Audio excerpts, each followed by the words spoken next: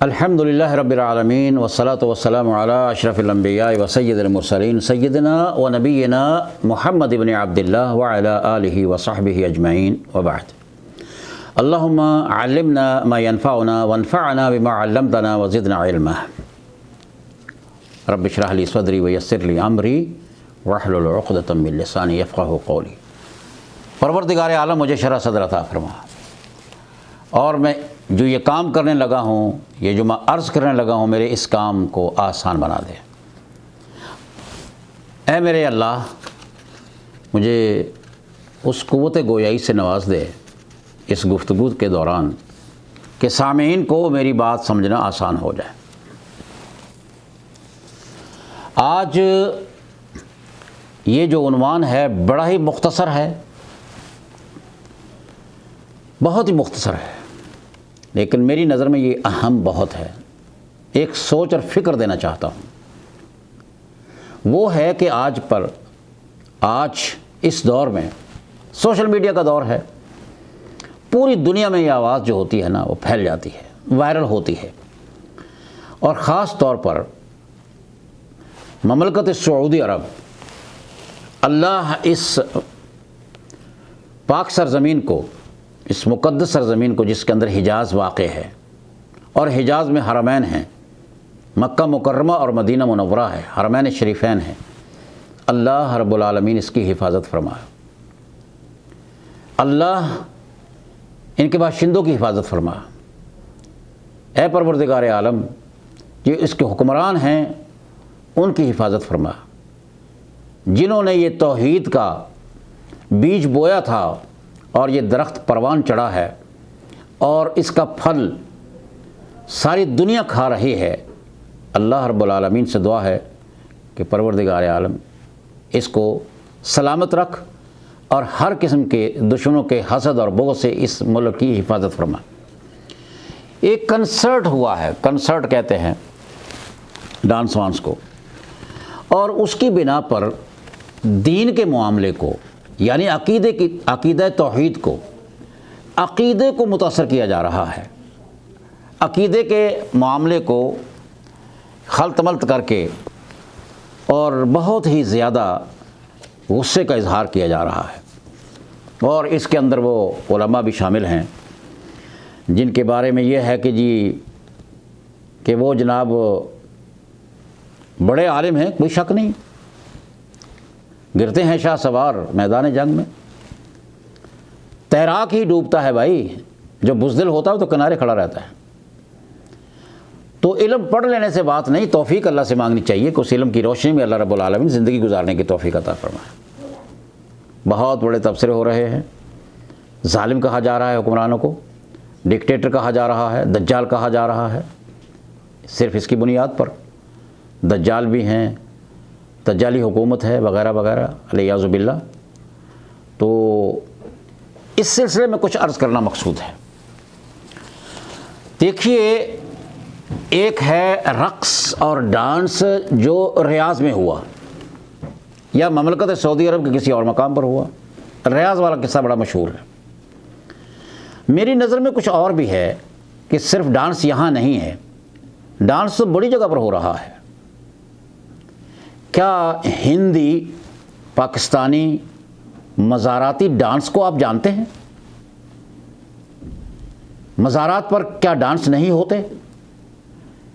مزارات پر وہاں پر یہ کیا شراب نوشی نہیں ہوتی؟ کیا بے حیائی کے کام وہاں پر نہیں ہوتے ہیں؟ چلیے، شراب نوشی کو، بھنگ چرس کو اور بے حیائی کے کاموں کو، فسق و فجور کو، زنا وغیرہ کو آپ ایک سائڈ میں رکھ دیں۔ یہ جو عبادت کے نام پر وہاں پر ڈھول کی تال پر جو ناچتے ہیں ملنگ یا دوسرے لوگ، آپ اس کو کیا کہتے ہیں؟ وہ نماز پڑھی جا رہی ہوتی ہے، یا وہ روزے سے ہوتے ہیں، یا وہ حج کیا جا رہا ہوتا ہے؟ وہ کیا ہے؟ وہ بھی تو ایک ڈانس ہے نا، وہ مزاراتی ڈانس ہے۔ اور یہ مزاراتی تو نہیں ہے، یہ ایک کنسرٹ ہوا ہے بھائی، اس میں کوئی شک نہیں، یہ دین نہیں ہے، یہ درست نہیں، اس کی اصلاح کی ضرورت ہے۔ لیکن یہ معاملہ حکومت رشیدہ کا ہے، حکومت وقت کا ہے، صاحب البیت ادری بما فی۔ یہ معاملات زندگی ہیں، وہ اپنے ملک کو کیسے کنٹرول کرنا چاہتے ہیں، علماء حق جو ہیں وہ صرف اتنا ہی بتاتے ہیں، یہ صحیح ہے یہ غلط ہے۔ لیکن میں کمپیئر کروں گا کسی اور انداز سے، میں کہوں گا کیا یہ ڈانس برا ہے یا وہ ڈانس برا ہے؟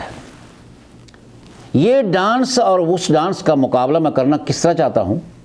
ایک ڈانس ہے جو قوالی کے رنگ میں ڈانس کیا جاتا ہے جب سب دھنے جاتے ہیں، یہ زبانی ڈانس ہوتا ہے، ایک فکرہ میں آؤں میں جاؤں، ہاں تیری صورت نگاہوں میں پھرتی رہے، عشق تیرا ستائے تو میں کیا کروں، ٹکر مارو گندے عاشقوں، گستاخ عاشقوں، اللہ کے رسول کے دشمنوں۔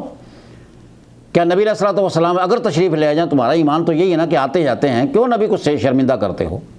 یہ قوالی گایا کرتے تھے سیدنا ابوبکر صدیق، عمر فاروق، عثمان غنی، علی مرتضیٰ رضی اللہ تعالیٰ عنہ، آل بیت کے لوگ قوالیاں پڑھا کرتے تھے۔ قوالی دین تھا، یہ مزارات بنانا یہ دین تھا، اور وہاں پر جا کر یہ جو بھنگڑے ڈالے جاتے ہیں، بلکہ اگر مبالغہ نہیں میں کرتا ہوں، واقعہ سے مبالغہ نہیں کر رہا، کتوں کی شکل بنا کر بھونکتے ہوئے مزار پر حاضری دیتے ہیں، قطع نظر اس کے کہ جناب وہ ننگے پاؤں جاتے ہیں، اور پھر اسی طرح قہقری یعنی اسی طرح پیچھے ہٹتے ہیں۔ اور یہاں بھی لوگوں نے کچھ کرنا شروع کر دیا تھا، مدینہ منورہ میں بھی ننگے پاؤں چلنا عبادت بندگی ہے، علیہ باللہ۔ ابو بکر کو یہ بندگی نہیں کرنا آئی، عمر فاروق کو نہیں کرنا آئی، عثمان غنی کو یہ بندگی کرنا نہیں آئی، نہ علی مرتضیٰ کو، نہ آل بیت کو، نہ اصحاب بدر کو، نہ بیت رضوان والوں کو، نہ احد کے شہداء جب زندہ تھے اس وقت ان کو یہ بندگی کرنی نہیں آئی، وہ جوتیاں اتار کے چلا کرتے تھے۔ کیا یہ انداز ہے؟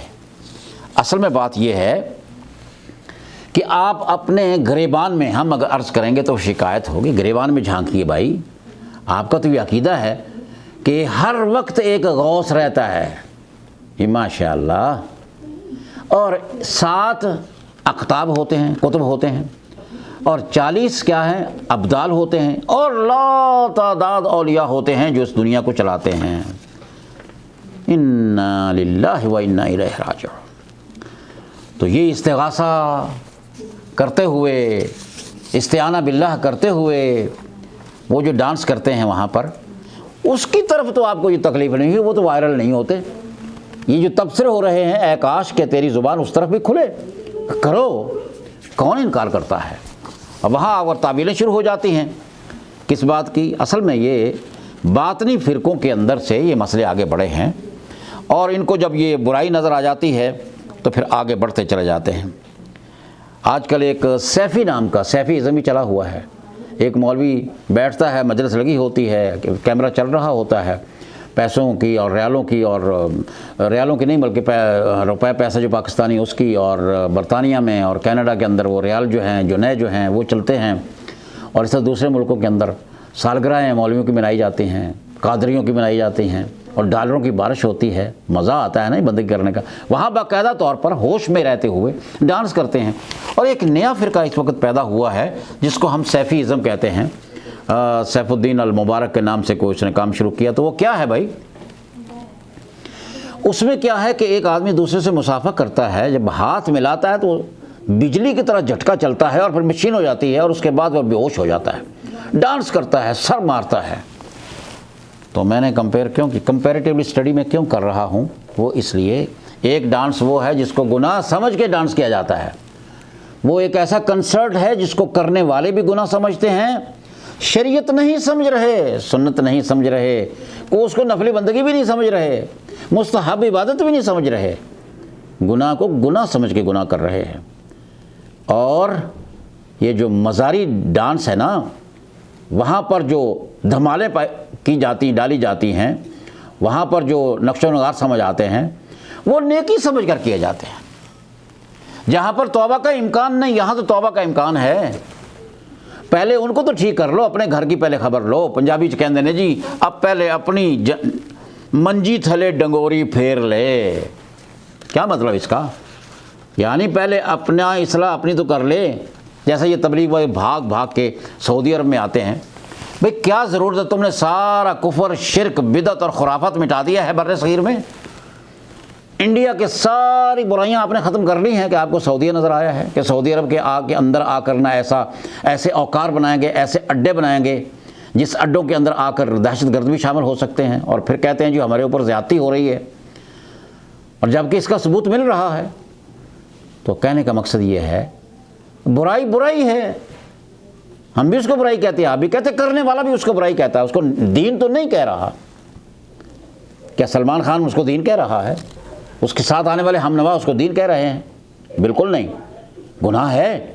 لیکن یہ جو مزاراتی درس ہے، ڈانس ہے، وہاں پر جو تمالے ہیں، بھنگڑے ہیں، ڈھول کی تال پہ جو ناچا جا رہا ہے، وہ جو ڈانس ہے وہ نیکی ہے، نیکی سمجھ کے کیا جاتا ہے، وہ بدعت ہے، وہ خرافات ہے، وہ شرکیات ہے۔ شرکیہ ڈانس آپ کو برداشت کرتے ہیں، وہ برداشت ہیں، ان سے پیار ہے کیونکہ آپ اس میں شریک ہوتے ہیں، یا اس سے پیار کرتے ہیں، یا اس کو جائز سمجھتے ہیں، یا اس کو مستحب سمجھتے ہیں۔ نہیں جی ہم تو شرک نہیں کرتے، ویسے ہی گئے تھے۔ ماشاءاللہ ماشاءاللہ، سجدے ہوتے ہیں، شرک نہیں ہے۔ نہیں جی شرک کا اڈا تو ہم بنا دیں گے اور اوپر لکھ دیں گے یہاں پر سجدہ کرنا منع ہے، تو بنایا کیوں ہے؟ شرک کے اڈے بنا دو اور اوپر لکھ دو تختی یہاں سجدہ کرنا منع ہے۔ سبحان اللہ۔ یہ جو نئے ہے نا آج کل لمبے لباس، ایک تو وہ ہے نا وہ ترکی والے لمبی لمبی ٹوپیاں اور لمبے چولے پہن کر گھومنے والے، وہ رقص نہیں ہے، وہ خدا سے ملاقات ہو رہی ہوتی ہے، خدا کی پہچان ہوتی ہے۔ الیاذ باللہ، خدا تجھے کسی طوفان سے آشنا کر دے کہ تیرے بحر کی موجوں میں اضطراب نہیں۔